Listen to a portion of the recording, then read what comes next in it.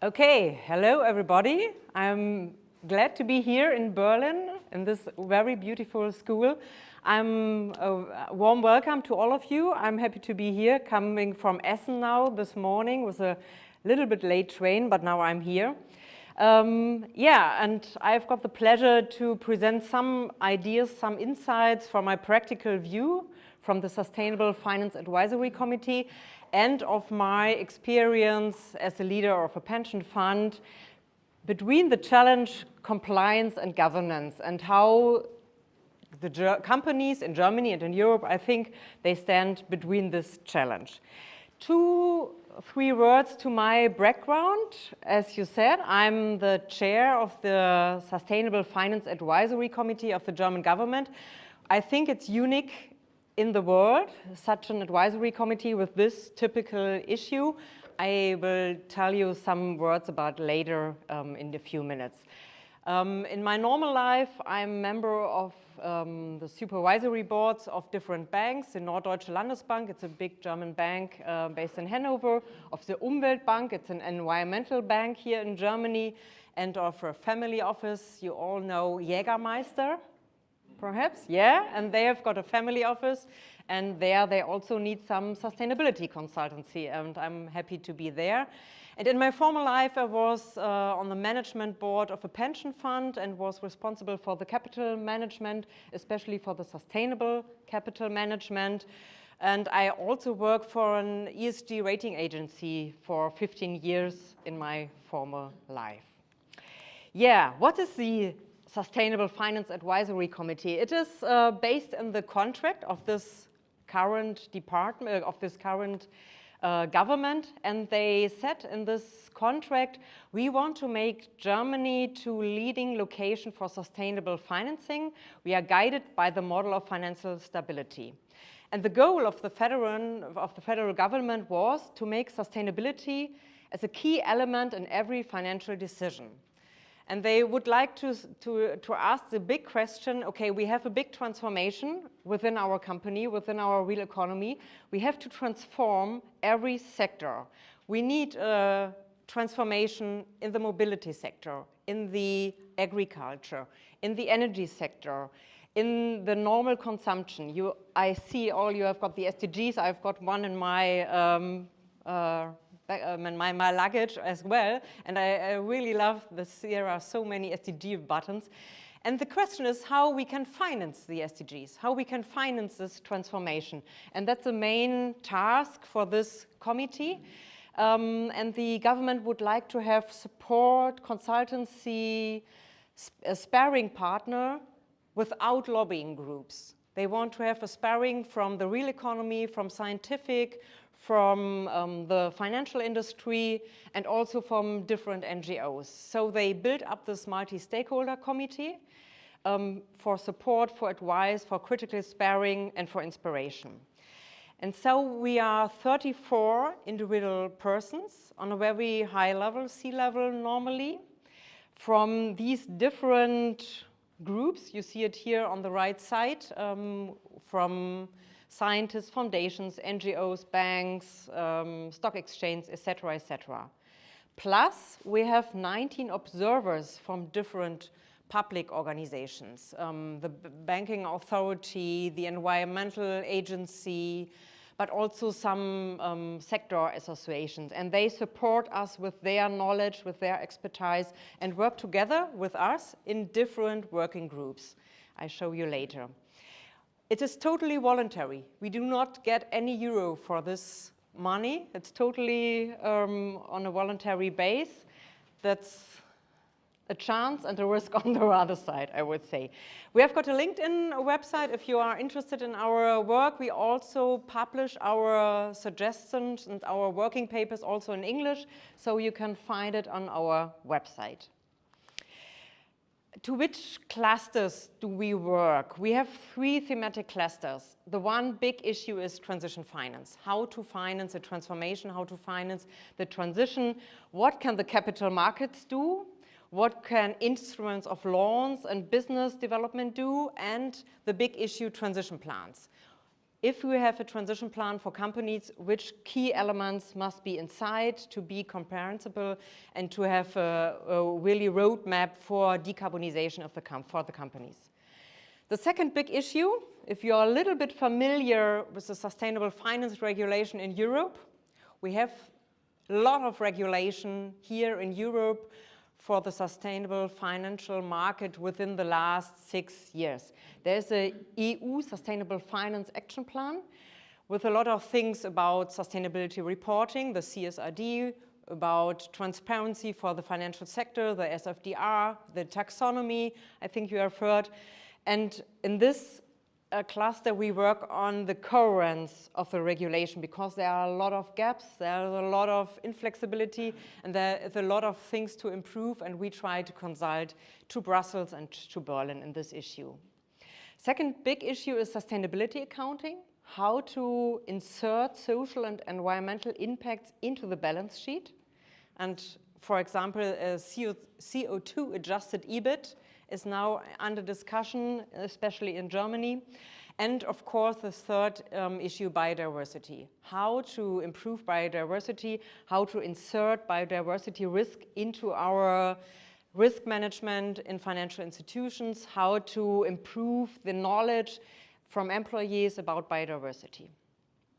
And the third cluster is international engagement. So that's very interesting to be here as well, because we have got an international group which thinks about possibilities to finance the transformation in the global south, how to build up financial products for institutional investors, which brings money into other projects, and how we can finance projects in the south together with private money and public money.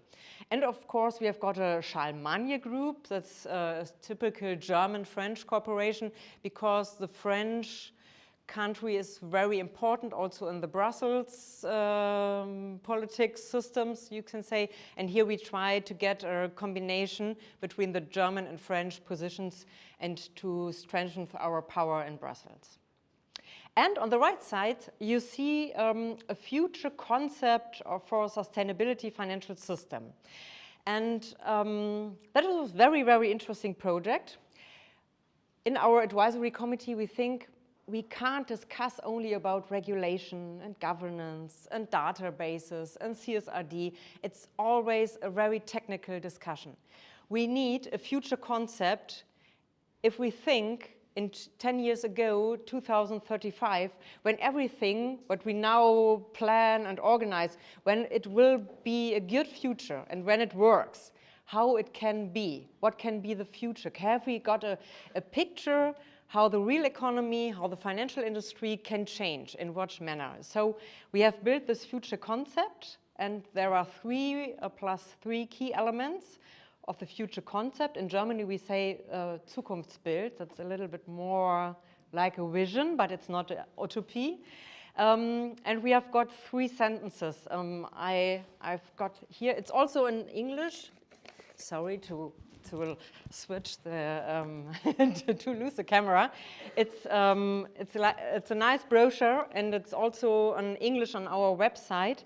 And I just bring 3 sentences with me. The first thing is that we think in 2034, there is no sustainable finance anymore. Finance is sustainable finance. Everything is integrated. And the second thing, that the public and the private sector works hand in hand to finance key infrastructure. Very important. Not only the private sector can do this, not only the public sector can do this. You say in Germany, I think it's also typical for Europe, 90% from the money you need for the transformation have to come from the private sector. And there are 2/3 from companies. And only 10% has to come from the public sector. So we have a lot of debate about Schuldenbremse, etc. And so we think that must work hand in hand. And the third thing is very important. I think the purpose of financial institutions is not only to give money, but it's to give support, consultancy in transformation. It's more than money. It's more than a really ambition and responsible manner. The real economy, we think Germany is characterized by companies that act responsibly, sustainable, and are fully digital, because digitalization and transformation, those are the two metals of the same coin. Companies develop transition plans, and the progress of these plans is made transparent. And companies make a relevant contribution to qualitative growth and overall prosperity. You see, we have discussed also the debate of degrowth and growth very hard in the financial industry, you can imagine. So I'm very proud to have this sentence here. And the policy, I think just very quickly, we think the internalization of externalities and the global rising CO2 price has to be driven by the German government because it's very important to have this global CO2 price and to internalize the externalities. Then the second thing, public finance on the revenue and expenditure side contribute to achieving German sustainability goals on an ongoing basis. There must be a connection between these two things, and the education system, also very important from our side perspective, has been fundamentally reformed and incorporate sustainable finance. I think you discussed it also here. And one key point in the part of the financial system, and that's typical for my speech here, is that we say in the part finance, the board of directors and the supervisory boards are competent in the year 2034, are competent, diverse, interdisciplinary, agile, and participative. Principles of sustainable leadership are implemented in practice. And sustainability objectives are consistently integrated into human resources decisions. That counts from hiring, initial and further training, development, evaluations, incentives. And the expertise in sustainability issues is a key element of all managers' skill profiles. It's 2034, but I think we are now here. This is one step on this way to the future, and now we are looking what is the current state. The current state of sustainable finance and the financial industry, I think here in Germany and also in Europe, is that the big European sustainable finance industry and regulation has influences many of the financial institutions. A lot of work goes into this data management, collecting data, build up IT infrastructure, training of people. And it is really interesting. I'm now working in this area for 24 years.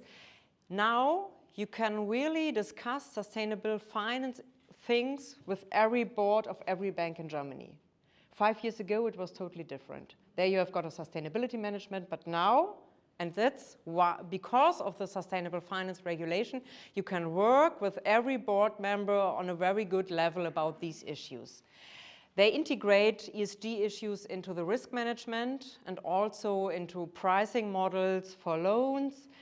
They try to implement ESG issues in the remuneration of boards. A lot of banks look also for their advisory committees as their competence for the supervisory board about ESG issues, about energy transformation, about digitalization. A lot of banks have implemented different transition plans and different transition finance products. And I think for a lot of institutional investors, ESG is a normal daily work, and they are very familiar with it. But there are still some remaining challenges. The full integration is not ready, and I think the full integration through all levels of banking and financial industry and through all sectors. There is a lack of data. Yeah, we have got the taxonomy, but the taxonomy is very complex. The data is not always there. Or if you take biodiversity, yeah, you have got a lot of data, for example, training days per employee, or about the gender pay gap. Yeah, there is the data. But if you go deeper and deeper, and we have got the CSRD, there is a lack of data.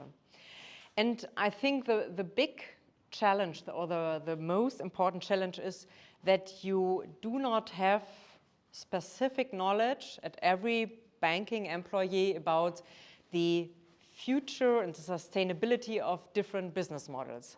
Because bankers are normally trained on financial objectives, on financial balance sheets, but not on social and environmental issues. They are not familiar, and so we need to train them. There is a lot of training in the banks at the moment, but there is a gap, I think, in between, and especially a gap between small and big banks. The big banks, in some cases, they are more on the way. In small banks, they are really stressed by the normal regulation, and now they have to put also the sustainable finance regulation, and that's very hard. So the big question is how to make the transformation bankable in this financial sector. If we now go to the real economy, I think here we, in our surveys, we have seen that there's a big need for investments in the real economy for carbon neutrality, for new energy efficient systems, for digitalization. And we think about 190 trillion euros per year until 2050. It's a big, big amount of money. I can't imagine. And if you look in different surveys, they came to different numbers, but they are all so high. So the question is how we get it. Then, I mentioned it before, there are very high requirements coming from the CSRD about the sustainability reporting. You have read it in the newspapers, 1,000 data points, 1,200 data points, including the CSRD, social and environmental aspects, and the companies, the big companies now have to report about it now at the 1st of January, about this year, they have to report it. So there is a lot of action in the moment. They hired a lot of people, especially consultants, to fulfill these requirements. And I think if we look in the next years, I think in the moment we hear a lot of gejammere. I don't know the English word. What is it? Complaining, yes. Every company complains about the CSRD and the regulation and the stuff, etc. I think there will be more routine and efficiency in the next few years, yeah? Because they now build up the data system, they build up the IT infrastructure, they need artificial intelligence for it, and I think we will see their progress. Let's all see in 3 or 4 years, I think then it will be more familiar in the companies.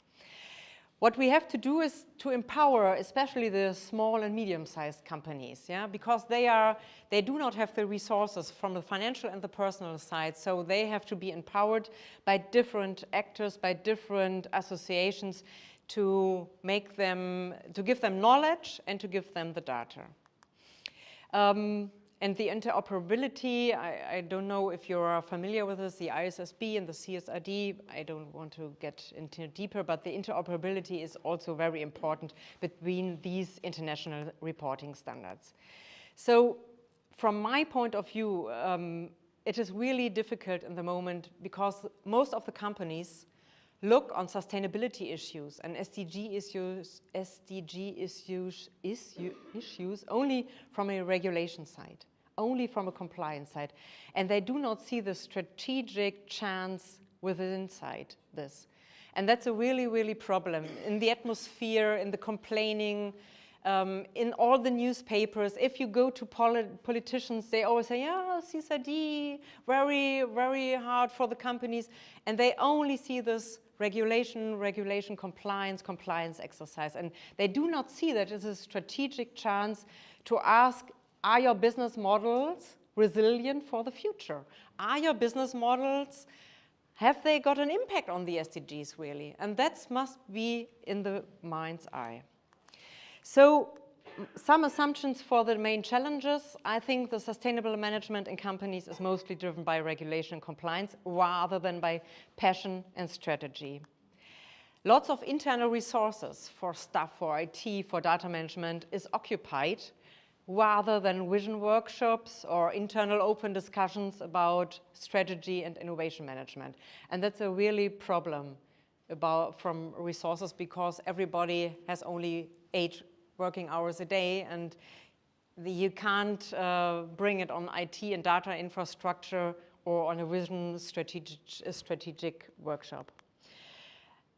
The third question which I would like to raise is, are the right, diverse and different people at the powerful positions in the companies? We can discuss it later. And the fourth point is how to influence people in companies. Because I think sometimes I've got the impression that we are all into different places. We are also in our bubble. There we are very familiar. We have got the same opinion about the SDGs, sustainability issues, etc., etc. But sometimes in big companies, there is the chance that different people with different visions, different perspectives come together. And that's very important to have these open-minded possibilities to discuss these different opinions. Yeah? And sometimes it could be that the lunchtime talks are the single situation to share these different views. And I think that's a really interesting question for all of you, how we can improve this in companies, these open-minded discussions. So the concept of sustainable leadership, I think you know all this from the University of Oxford. I like this very much. And I think it's from some years ago, but it's still very current. What is characteristic for sustainable leaders?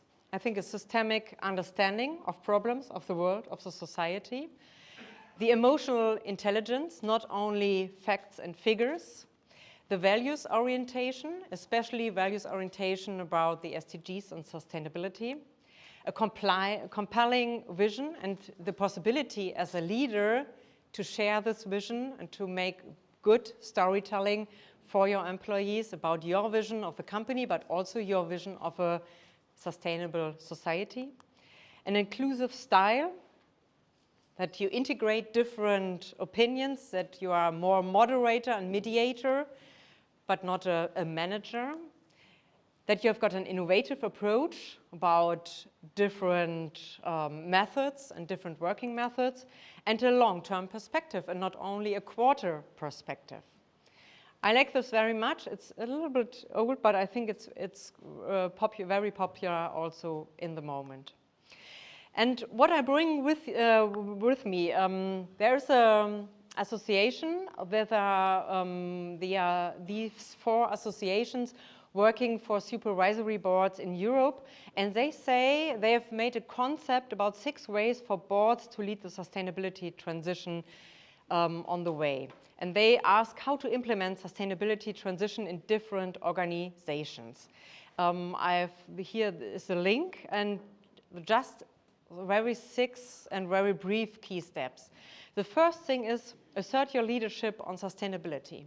That means that you need a training and the training of the management to assert the leadership. That you have to build up in-house expertise.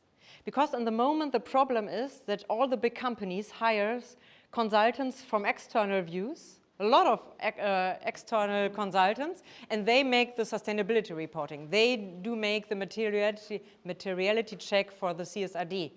But there is a big gap for the internal sustainability experience, and that's one of the steps. The second thing is break down silos. Yeah? To implement committees through the company, through all the different departments, bring them together in one sustainability committee, and not only have a sustainability department which is responsible for everything. I think you need also a sustainability management team which is responsible for the different things. But you also need sustainability expert in every department, from marketing, about risk management, about the communication, about production side, whatever you think, so to break down the silos in the company. The third thing is maximize the benefits from sustainability and use the senior management. I come later to it. I think the tone at the top is very important, but you need the senior management, and you have to close the gap between the senior management and the board. There is a real profit to use the same language, to build up your own vision, and to implement your strategy about the things. The fourth thing is to consider stakeholders as a strategic partners. A lot of companies make stakeholder views, make stakeholder assessments, but is there a real communication between the board and the stakeholder, critical stakeholders? I think the materiality assessments from the CSRD, which include stakeholder views, are very important. And it's good if you have got direct connections between the board and the strategic stakeholders. You can also take it with you to the supervisory board, yeah? Because I think normally the board do not have a 360 degrees view from outside the company. They are very inside in the company. They've got the internal view, but that's not the right view or a systematic view. And their stakeholders are very important. The fifth thing is approach the materiality assessment as a strategic tool, not as a compliance tool or an necessary exercise, but there are strategic assessments. There are good things to see, okay, where are our gaps, where are our lags, where we can improve our business model into the future. And there, I think the materiality assessment is a very, very strategic and very good and helpful tool. And the sixth thing is prepare for challenges, trade-offs, and difficult discussions, because there are trade-offs and there are a lot of discussions for different targets, and you can use them for the discussions. I can really show you the link to this paper. I think there are very good and smart issues in this paper. And I ask myself, okay, when do things change in companies? I think if you have pressure from the market and from the clients, if they ask for more sustainability, for example. Also, if there's pressure from regulation, we see it now in the sustainable finance area. Then if there's pressure from competitors, company normally change because they see the competitor, oh, they do these things better, let's try us again. And if there's pressure from investors because they have got the shares. And here in Berlin, we have a very nice, very new example. There's the Berlin Institute for Governance and Leadership. They have built up this summer, and they have developed a toolkit for asset managers, for the asset management. And they ask, okay, how we can use the power of investors to improve diversity and sustainability issues in the board and in the supervisory board. It's on German. I'm very sorry to say it, but you can see just a quick check what's inside. And they have developed this toolkit to ask these things the board. How is your diversity quote? Do you have got a training? How is the diversity in the supervisory board, et cetera, and how you act on the general meeting, etc. A very nice example from me to improve the investors for diversity. So I came to the conclusion, and I love this typical, I think, German word, two sides of the same coin. For me, also from my experience in the financial industry, but also in normal companies, a sustainable business model and a transformative corporate culture are the two sides of the same coin.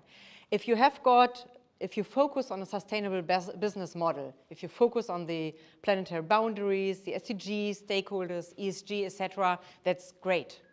But you need on the other side, the transformative culture.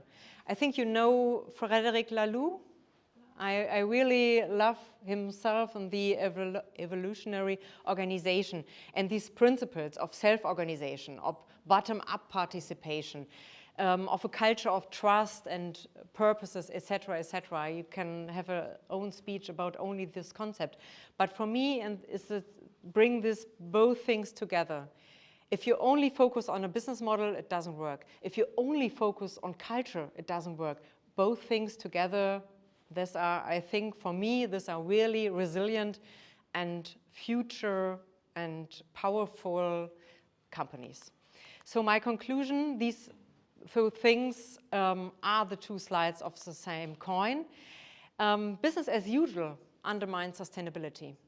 We have a lot of companies, especially in Germany. A new survey shows that we have in Germany 11% transformational leaders 40% transformational followers, and 46%, these are the backyards. So these people make business as usual, and they think, okay, we do not look for the transformation. We think we can do our business in the normal way. I think that doesn't work. These companies will disappear in the next few years. Tricky business as usual does not lead to sustainability. You need more than power and more big steps. And in the focus, I think, is a tone at the top. You can have brilliant sustainable experts in the team. They can make a lot of things bottom up, but you need the tone at the top. And sustainability works if the tone at the top in the board is positive to these issues, is open-minded, is innovative. So I think these transformational leaders, these 11% of companies, I think, is a very good mixture between willingness, knowledge, diversity, and transformational competence. So I think it's very important to ensure that the composition of the board, that the capability, the culture and dynamics are fit for purpose. And that's also the biggest task for the supervisory board. If you have got a new board, if you look for new board members, if you look for new persons on the senior management level, have you got a good mixture of these competences and attitudes and knowledges and willingnesses? That must be I think it's hard to find, but you can find. So I'm very happy to present my ideas here, and I'm now open for discussion. Thank you very much.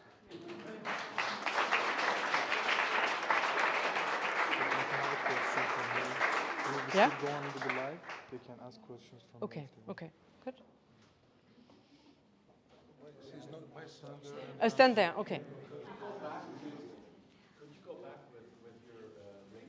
Yes. This is what I want also to ask. This? Thank you, yeah. Yeah.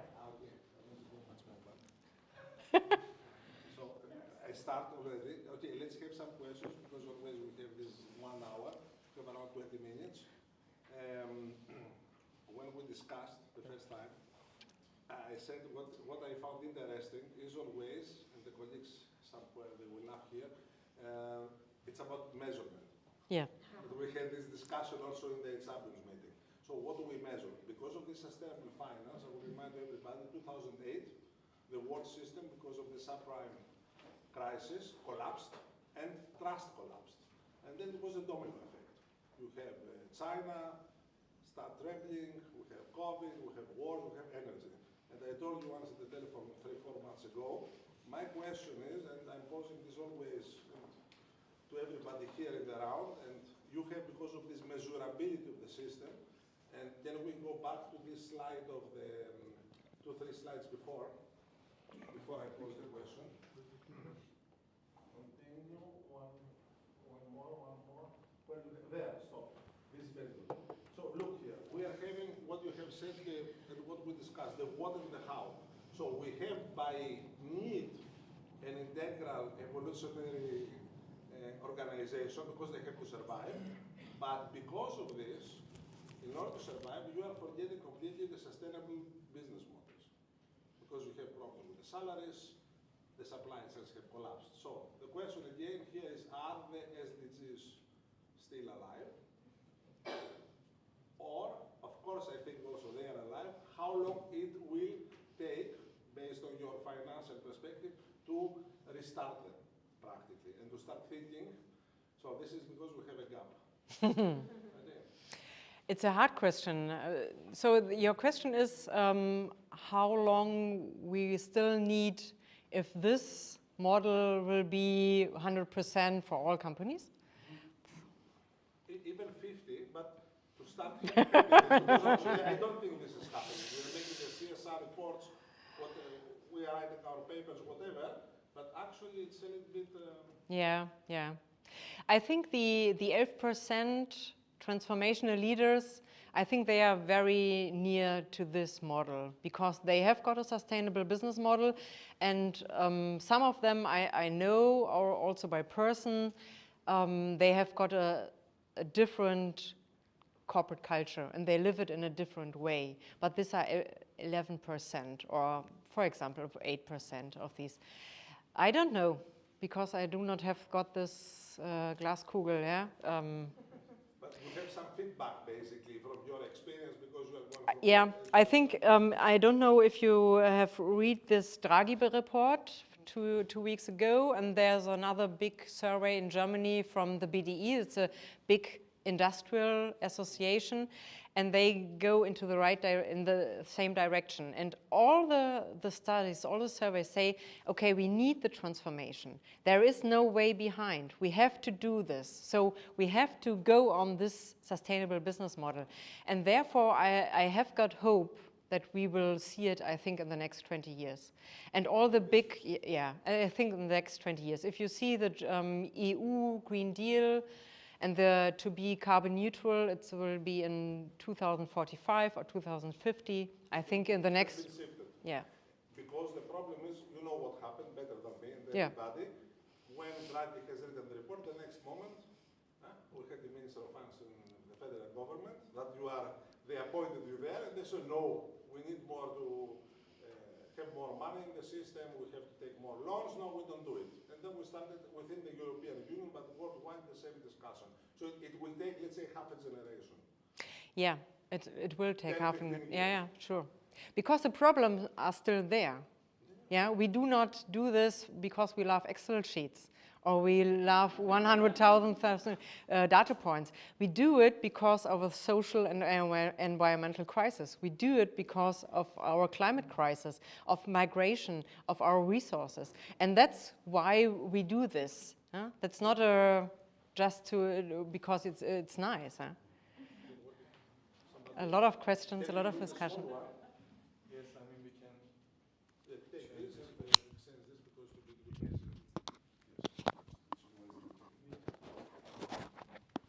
Who was the question? I mean, we can go. Thank you very much. Thanks for this inspirational talk. I learned a lot. You focused in particular this slide on sustainable business models and also the question how business models are transformed. You focused on existing organizations. So one thing that I've had in mind was also the question of sustainable finance related to startups. Startups that bring forward green tech, make it usable in markets, and then by that change the situation. However, there's a paradox related to it. You invest finance in such promising ideas, but you could also risk losing it. What is your stance on that? How do you position yourself as a sustainable finance group on green tech enterprises, social enterprises, and so on and so forth to help support the transition to a more sustainable economy? Thank you for this brilliant question. We also worked on startups and especially deep tech startups. We have got Fridtjof Detzner in our advisory committee. He has built up Planet A. If one of our working groups is financing the transformation, and we divided four different actors. The small and medium-sized companies, then the big companies who are responsible for a lot of CO2 emissions, then the cities, because they are responsible for the infrastructure to rebuild it, and for startups and green tech, because we think a lot of from the technical solutions come from this sector, and we have not very good financing situation here in Germany. Now we have got the WIN initiative. Last week was a big initiative between the financing ministry and the economic ministry, and a lot of from the startup issues. Also the TUM initiative from Munich was there. So it's a big issue, and you can find it on our website. We have we made a big survey about startups and startup investors, private equity investors. What are the main challenges in Germany, and what can we do to improve this sector? Okay, thanks a lot. She was faster.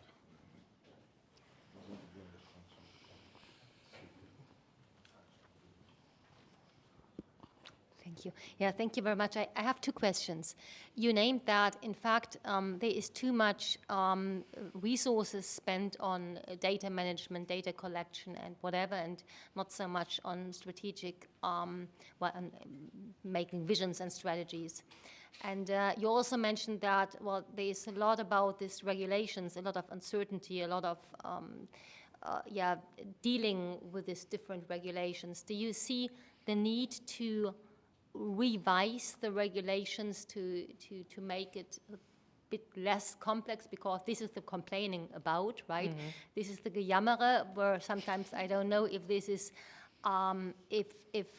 this is justified or not, because in fact once we have it into the systems, perhaps it's getting easier, but still, do you see the need to adjustment?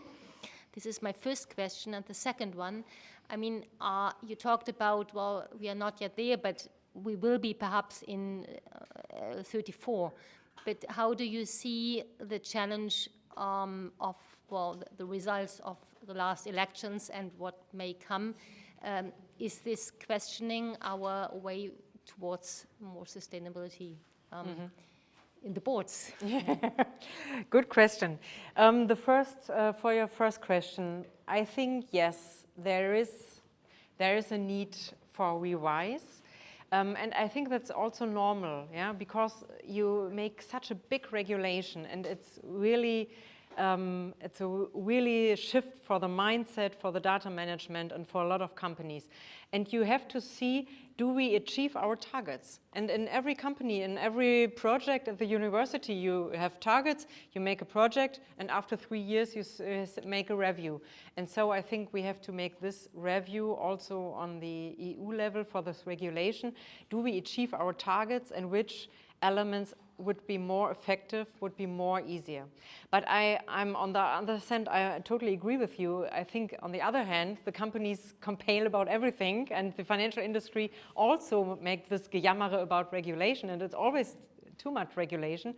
So I think on the other hand, please calm down, yeah? Make your work, and let us talk about in 3 years, and then we can look which things are too complex or which things do not achieve your targets, and then we can put some things into our rubbish.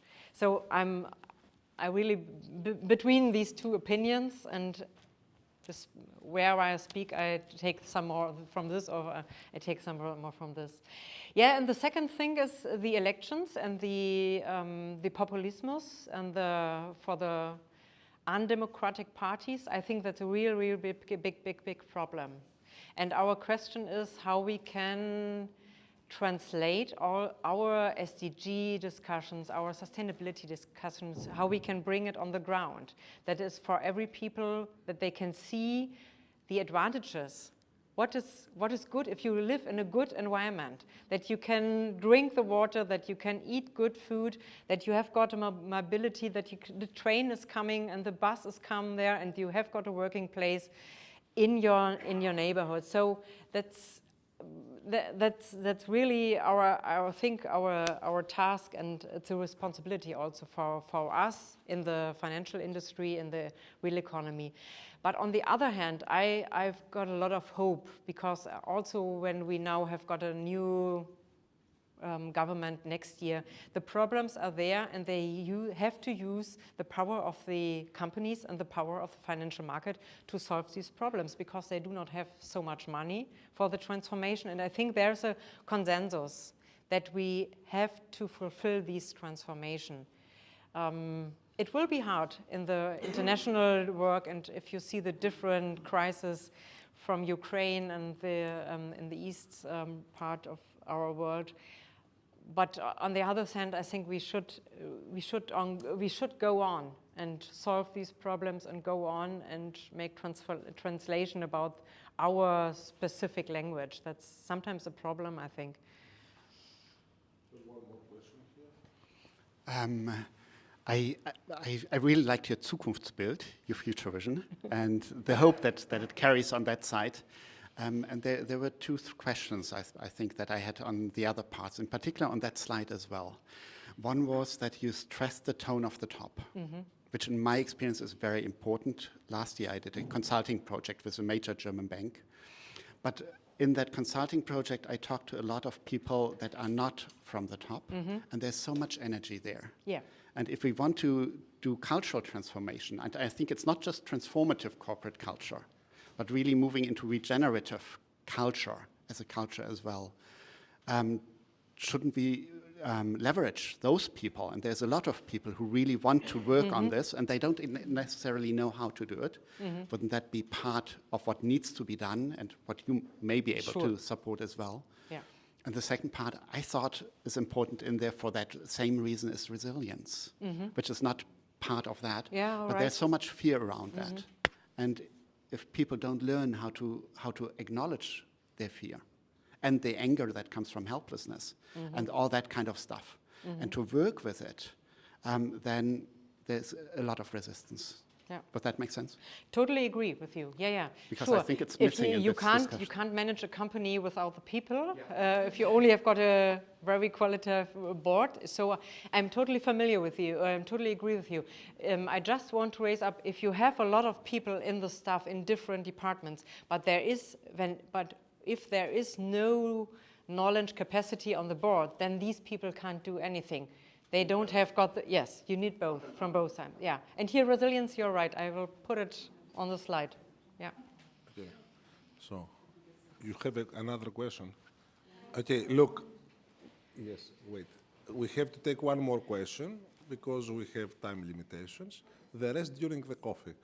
You will be, I will be correct? here, Okay, so one more question. So I will give this, I cannot, let's make a shorter question, okay. So take the question. My question is only because my expertise is in sustainable supply chain management, and we are doing a lot of stuff in terms of, we call it from compliance to action. And from my point of view, the CSRD is not difficult to realize, but I don't like the communication of the politicians, yeah, and because it's completely wrong what they do, yeah, only focusing on that you get punished for doing this and doing this, instead of telling them, look guys, it's not so difficult if you work together and if you have a clear understanding of your supply chain. And this is what the last EFRAG report also found out. 90% of the companies don't know their supply chain. How can they do that in this F? So do you see any kind of possibilities how we can motivate politicians to communicate in a more, let's say, helpful way? Yeah? Invite them here to a session. I think it's always a question that they do not know it exactly. They heard it. They heard it from people which they meet in their Wahlkreis, and they say, oh, it's too much, and we have to do so, and we have to hire 4 persons, and it costs so money. And then they heard this, and then they talked about it again and again. And so, but I would guess that no one of these politicians has really read the CSRD in detail. Yeah. So, last question. Thank you. Really enjoyed your talk. So in one of your slides, you mentioned that in terms of sustainable finance regulation, you highlighted biodiversity. So I thought that's interesting because, in contrast to carbon footprint, which is very direct and can be clearly linked to a company's business. So biodiversity, from my understanding, it's hard to measure the impact. It's usually indirect. So when you talk about more regulation on that, how do you propose, or what is the current approach in terms of measuring, monitoring firms' impact on biodiversity, and what do you mean by more regulation on this aspect? I think you mean this one. Okay. Yes. Yeah, that's not. Then I was not correctly. We in this advisory committee, we work on biodiversity because this is an issue which is very important, but which is not very good managed in the companies and the financial institutions. There's a big lack of professional training. There's a lack of concepts how to deal it, how to operate it. For CO2 emissions, for waste management, for water. We have a lot of history about data management, ESG ratings, etc. So that's why we think let's go on biodiversity, bring experts together from the international view, and how we can improve the management and the quality of dealing with this issue. That's not about regulation, that's not inside the regulation. It is inside the regulation, but the CO2, for example, is totally better and more easy because you count it. More about building expertise in terms of yes, and how to measure it in companies. Yeah, okay. yeah, and how to measure the companies and how to build up projects, financial products, which can invest in biodiversity projects. Oh, it's about supporting businesses Yes, that promote yes, biodiversity. yeah, Okay. yeah. Okay. Thank you. So, thank you, Silke. Okay, Okay, thank you. thank you.